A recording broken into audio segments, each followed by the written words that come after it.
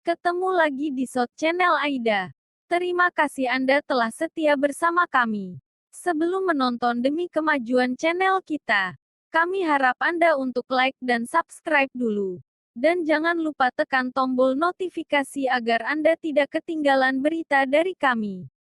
Kami akan hadir untuk Anda dengan berita sejarah, budaya dan sosial kemasyarakatan. Saat ini kami akan menayangkan berita dengan judul Pulau Reklamasi sudah jadi Chinatown.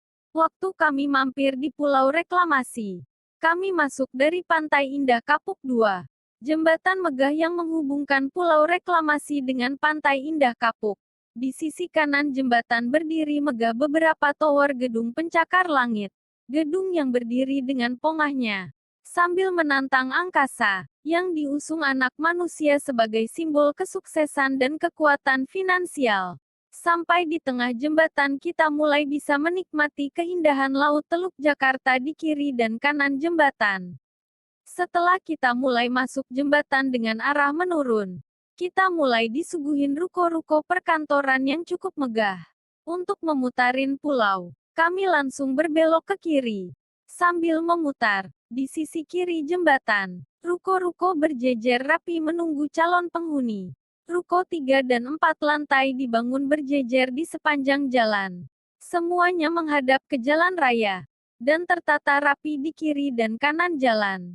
Sehabis melewati ruko pertama kami melihat suatu tangga. Di situ kami naik ke atas. Rupanya tangga tersebut adalah dam penahan ombak, yang di atasnya dibangun tempat jalan kaki santai atau jala santana. Dari dam ini kita bisa melihat pulau-pulau sebelah yang sudah jadi. Tapi pembangunannya belum dimulai. Dari situ kami melihat jembatan penghubung ke pulau sebelah.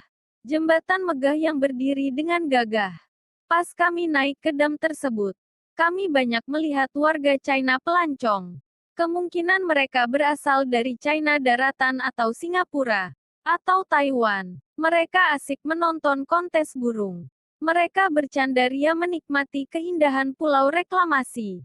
Di sini kebanyakan warga China, warga pribumi di situ hanya sebagai pekerja, petugas kebersihan, petugas keamanan, dan lain-lain. Setelah kami turun dari tangga dam tersebut, kami melihat suatu perumahan. Wah, nama perumahan mewah itu kami lupa namanya. Akhirnya kami meneruskan perjalanan menyusuri ruko-ruko di pulau tersebut. Di sini kita serasa berada di Shanghai. Karena semua mereka ruko dan gedung berbahasa Mandarin. Kalau Anda tidak mengerti bahasa Mandarin, seandainya Anda mencari alamat, Anda akan kesulitan di Pulau Reklamasi ini. Saya hanya paham tulisan yang tertulis di pelang Indomaret, JNE dan lain-lain. Satu outlet Indomaret yang berdiri di Pulau Reklamasi. Selebihnya bangunan ruko dan gedung bertulisan Mandarin semua. Terus kami melanjutkan perjalanan. Kami sampai di bawah jembatan penghubung ke pulau sebelah. Kami berbelok ke kiri. Kami bertemu sebuah food kuliner yang bernuansa oriental. Bangunan ala China yang berdiri sebagai gerbang. Dengan pernak-pernik warna khas China. Atau mungkin di dalamnya seperti sebuah pasar malam. Terus kami melakukan perjalanan berbelok di bundaran. Kami menemukan semacam teater. Apakah itu bioskop atau arena pertunjukan seni China? Karena kami melihat dari jalanan. Selanjutnya kami melihat jejeran ruko-ruko dengan ornamen China di sepanjang jalan. Ruko-ruko yang belum penuh atau belum ditempati oleh penyewa. Dan di sebelah kanan kami ada kuliner Mandarin ala kaki lima di sepanjang jalan. Sampai akhirnya kami menaiki jembatan penyeberangan ke Pantai Indah Kapuk 2. Melintasi jembatan sepanjang 500 meter tersebut butuh waktu 5 menit.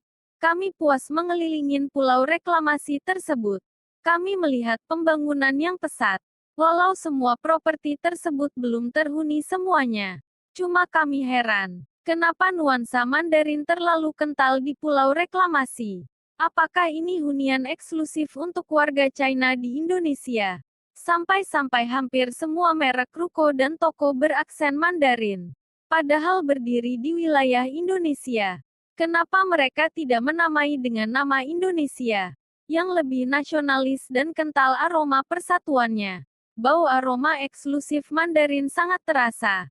Seharusnya yang gaya-gaya begini harus dihapus di Indonesia. Supaya tidak ada sekat di antara semua penduduk Indonesia. Pakailah aroma Indonesia. Jangan bawa aroma nenek moyang ke Indonesia. Kalau mereka keras membawa aroma Mandarin ke Indonesia, niscayalah rakyat Indonesia akan antipati ke mereka. Masyarakat akan mempertanyakan, inikah guna pulau reklamasi dibangun dengan mengorbankan para nelayan? Inikah hasil kengototan pemerintah pusat membangun pulau ini? Hanya akan menghasilkan sekat di antara anak bangsa ini. Segera hentikan akulturasi budaya China di Indonesia. Karena budaya Indonesia masih banyak yang perlu diekspose. Demikianlah tayangan pendek ini. Agar bermanfaat untuk kita semua. Sampai jumpa lagi di kisah